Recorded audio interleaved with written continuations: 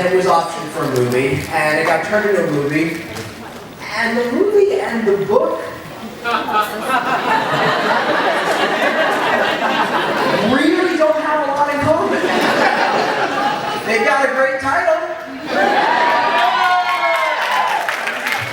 And people are asking me, I know the question on your mind is, a lot of you, except for people who don't know me, what did you think of the movie? Look, here's the deal. I expected to hate it. I wanted to hate it. God, did I want to hate it. I wanted it to suck. Because then I could be all snarky. And I could come here as the purist and meet with my fellow purists. We could all be like, yeah, didn't it suck? Yeah, take that, Johnny Suede. And your big Hollywood machine. And yeah, and I could say snarky things like, well, maybe they should have followed the book. And then we'd all feel good about ourselves.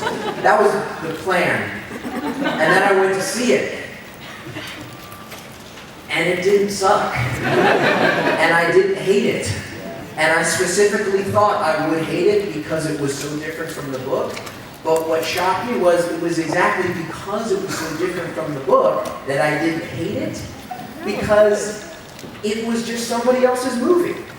It had nothing to do with me. So I was completely emotionally divorced from what I was seeing on the screen. Now I understand. That was like my big teaching moment. I get it now. I like Stephen King tore his hair out when he saw The Shining. Because there's the Overlook Hotel, which he created, and there's the characters that he created. But they're not doing the things that they do in the book. So I'm sure he was like, it's like when you're a kid and somebody takes your toys and plays them, and you're like, no, Luke Skywalker and Han Solo would never do that to each other.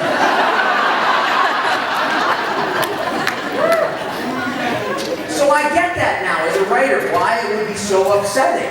But I didn't have that moment. I didn't have a moment of like, hey, Jerry Lane would never say that moment. Because I didn't invent Jerry Lane. J. Michael Straczynski invented Jerry Lane. Maybe he had that moment. If he saw it, because he wrote the first draft and it got rewritten, so maybe he sat in the audience and was like, hey, wait a minute. I created Jerry Lane and Babylon 5.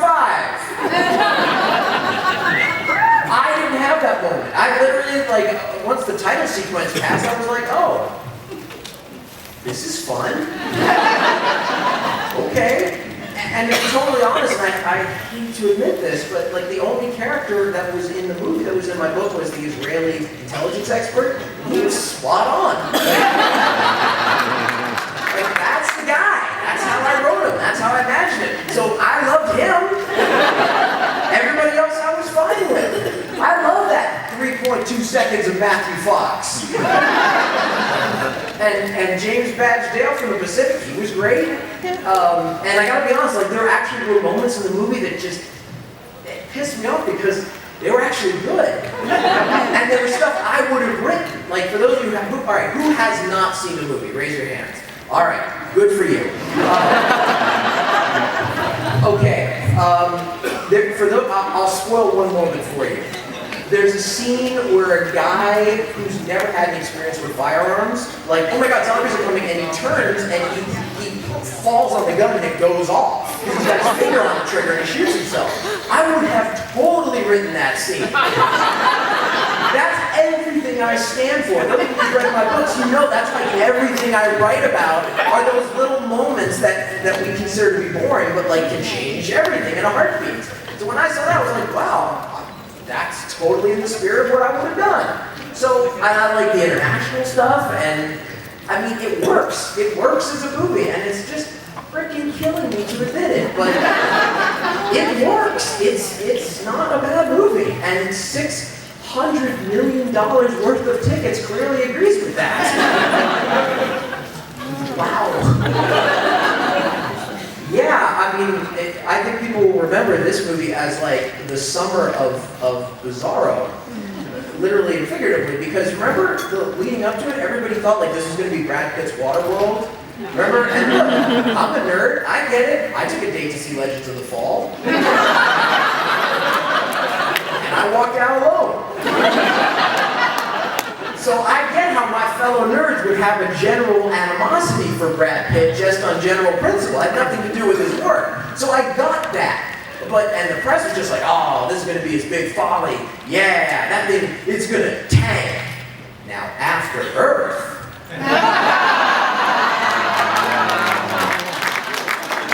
I mean, all these other movies. I mean, wow, shows you what I know. I mean, if you'd have said to me 3 months ago, like, what do you think is going to be a big hit this summer? I would have been like, you kidding? You know what my money's on? I guess not. So, that's the movie. It came, it went, it was the #1 movie in the world.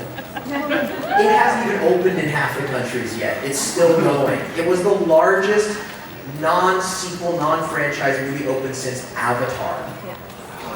Wow, yeah. It was the biggest financial hit Brad Pitt has ever had.